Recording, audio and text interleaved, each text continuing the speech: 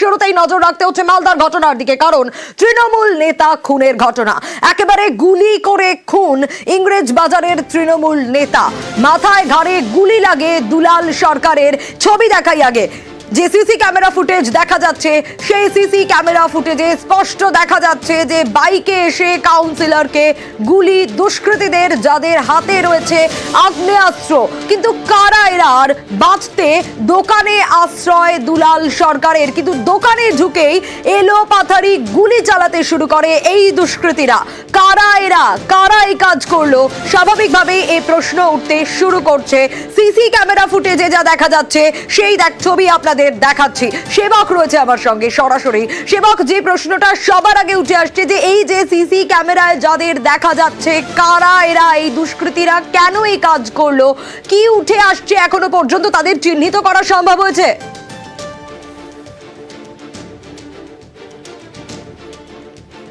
দেখো, এই যে সিসিটিভি আমরা দেখাচ্ছি, সেই সিসিটিভি ঘটনাস্থলের যেই দোকানে পালিয়ে বাঁচতে চেয়েছিলেন, টায়ারের দোকান, এই তৃণমূল নেতা, তার যে ফ্যাক্টরি, তিনি ফ্যাক্টরিতে যাচ্ছিলেন, তার উল্টো দিকে এই দোকান। তিনি যখন গাড়ি থেকে নামেন তখনই তাকে লক্ষ্য করে গুলি শুরু হয়। তিনি পালাতে বাঁচাও করে এই দোকানের ভিতরে ঢুকে পড়েছিলেন। সেই সময় তাকে লক্ষ্য করে দোকানের ভিতরেও গুলি চলে। পুলিশ এই দোকানের যে সিসিটিভি ফুটেজ, সেই সিসিটিভি ফুটেজ পেয়েছে। যে ফুটেজ আমরা দেখাচ্ছি সেই ফুটেজ তদন্তে অত্যন্ত গুরুত্বপূর্ণ এবং ইতিমধ্যেই কয়েকজনের গতিবিধি পুলিশ কিন্তু খতিয়ে দেখছে। একটি পালসার বাইক ছিল এমনটা জানা যাচ্ছে। 3-4 জন ছিল, একজন বাইরে দাঁড়িয়ে ছিল গাড়িতে। দুষ্কৃতীরা গাড়ি থেকে নেমে গুলি চালাতে শুরু করে। বাবলা সরকার বা দুলাল সরকার যে গাড়িতে করে ফ্যাক্টরিতে এসেছিলেন, তার গাড়ি পিছু ধাওয়া করেই দুষ্কৃতীরা আসে এবং গুলি চালানোর মিনিট দুয়েকের মাত্র অপারেশন। তারপরে তারা ওই রাস্তা দিয়েই আবার ব্যাক করে চলে যায় গাড়ি ঘুরিয়ে, এমনটাই কিন্তু জানা যাচ্ছে। এবং এরই মধ্যে বিভিন্ন এলাকায় পুলিশ তল্লাশি শুরু করেছে। বেশ কয়েকজনকে আটক করে পুলিশ কিন্তু জিজ্ঞাসাবাদ করছে সন্দেহজনক যারা জানতে চাইবো যে এই ধরনের একটা ঘটনা ঘটে গেল, এনার পরিবারের তরফ থেকে, এই দুলাল সরকার ওরফে বাবলা সরকার, তার পরিবারের তরফ থেকে কোনো রকম কিছু জানতে পারছো? কোনো সন্দেহের তীর কারোকে বা কাউকে সন্দেহ করছেন কি তারা? এরকম আগে কি কখনো ঘটনা ঘটেছে? দেখো, এই দুলাল সরকার 3 দশক ধরে তৃণমূলের কাউন্সিলর ইংরেজ বাজারে। তার স্ত্রী চৈতালি ঘোষ সরকার, তিনিও দীর্ঘদিনের তৃণমূল কাউন্সিলর। এবং গত 15 বছর আগে 2008 সালে প্রথম আমরা দেখেছিলাম দুলাল সরকার বাড়ির সামনে গুলিবিদ্ধ হয়েছিলেন। রাতের অন্ধকারে বাড়িতে যখন ঢুকছিলেন তখন তাকে লক্ষ্য করে গুলি চালানো হয়েছিল। আর আজ ফের কিন্তু শুট আউটের ঘটনা, যেখানে প্রাণ আর রক্ষা পেল না। আমি কিছুক্ষণ আগে মালদা মেডিকেল কলেজে আছি। মালদা মেডিকেল কলেজে চৈতালি ঘোষ সরকার, তার স্ত্রী, তার সঙ্গে আমার কথা হলো। তিনি যেটা বললেন, অনেকেই শত্রু, কিন্তু কারা এই ঘটনা ঘটাতে পারে নির্দিষ্ট করে তারাও কোন রকম আন্দাজ করতে পারছেন না। ছেলে অনুভব সরকার বিবিএ পড়ে কলকাতার শিলিগুড়ির একটি কলেজে, তারাও কিন্তু কার্যত হতবাক। দেখো, রাজনীতি করলে দীর্ঘদিন ধরে রাজনীতিতে রয়েছেন, ক্ষমতার সঙ্গে রয়েছেন, তিনি একাধিক ব্যবসার সঙ্গে যুক্ত। পুলিশের তদন্তে কি উঠে আসে নজর থাকবে। সামনে থেকে এই ঘটনা যারা দেখেছেন, এক প্রত্যক্ষদর্শী কি বলছেন দেখুন। দিয়ে আমাদের অফিস আছে পাই ফ্যাক্টরি মোড়ে, দিয়ে ওখানে গেলাম।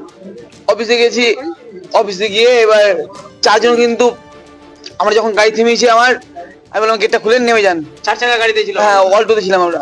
4 জন কিন্তু মুখে তোমার টুপিগুলো দিয়েছিল, মাথা দেওয়ার মুখে, আর জ্যাকেট পরেছিল। একটা বাইকে 4 জন ছিল। তো আমি কাকু বললাম, কাকু আপনি একটা গাড়িতে উঠে যান। এবার তখনই কিন্তু কাকু গাড়িতে না উঠে দৌড়িয়ে ইসের দিকে ঢুকে গেছে।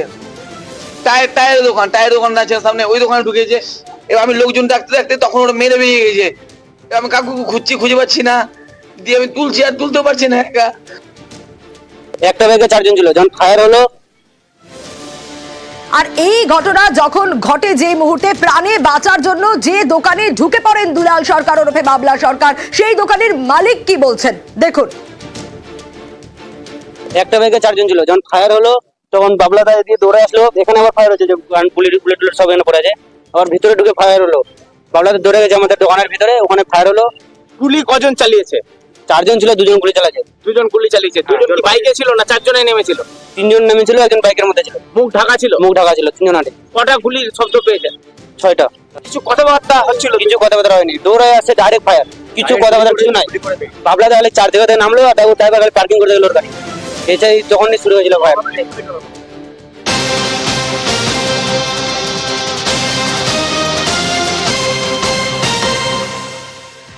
তৃণমূল নেতা খুনে পুলিশকে ভর্ৎসনা, পুলিশ সুপারের কড়া সমালোচনা মুখ্যমন্ত্রীর। আইন শৃঙ্খলা রক্ষায় জোর দিচ্ছে না পুলিশ, জেলা পুলিশকে সতর্ক বার্তা মুখ্যমন্ত্রীর।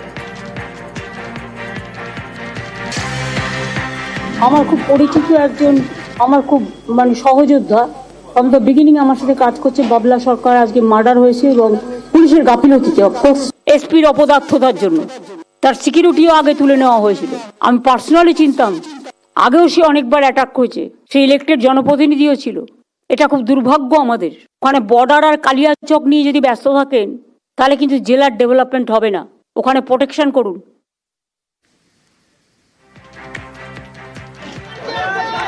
মালদায় শুট আউটের ঘটনায় দলের তরফে তদন্ত হবে জানালেন অভিষেক বন্দ্যোপাধ্যায়।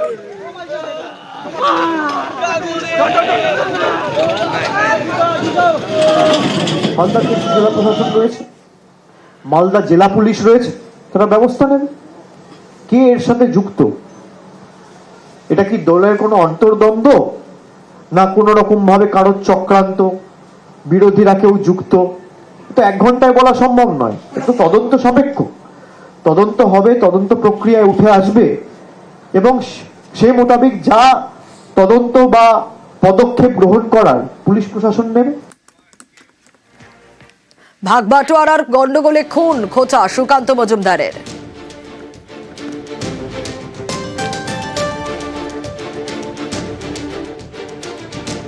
পুরোটা খোঁজ তদন্ত হোক, আমরা চাই তদন্ত হয়ে যারা অপরাধী তারা ধরা পড়ুক।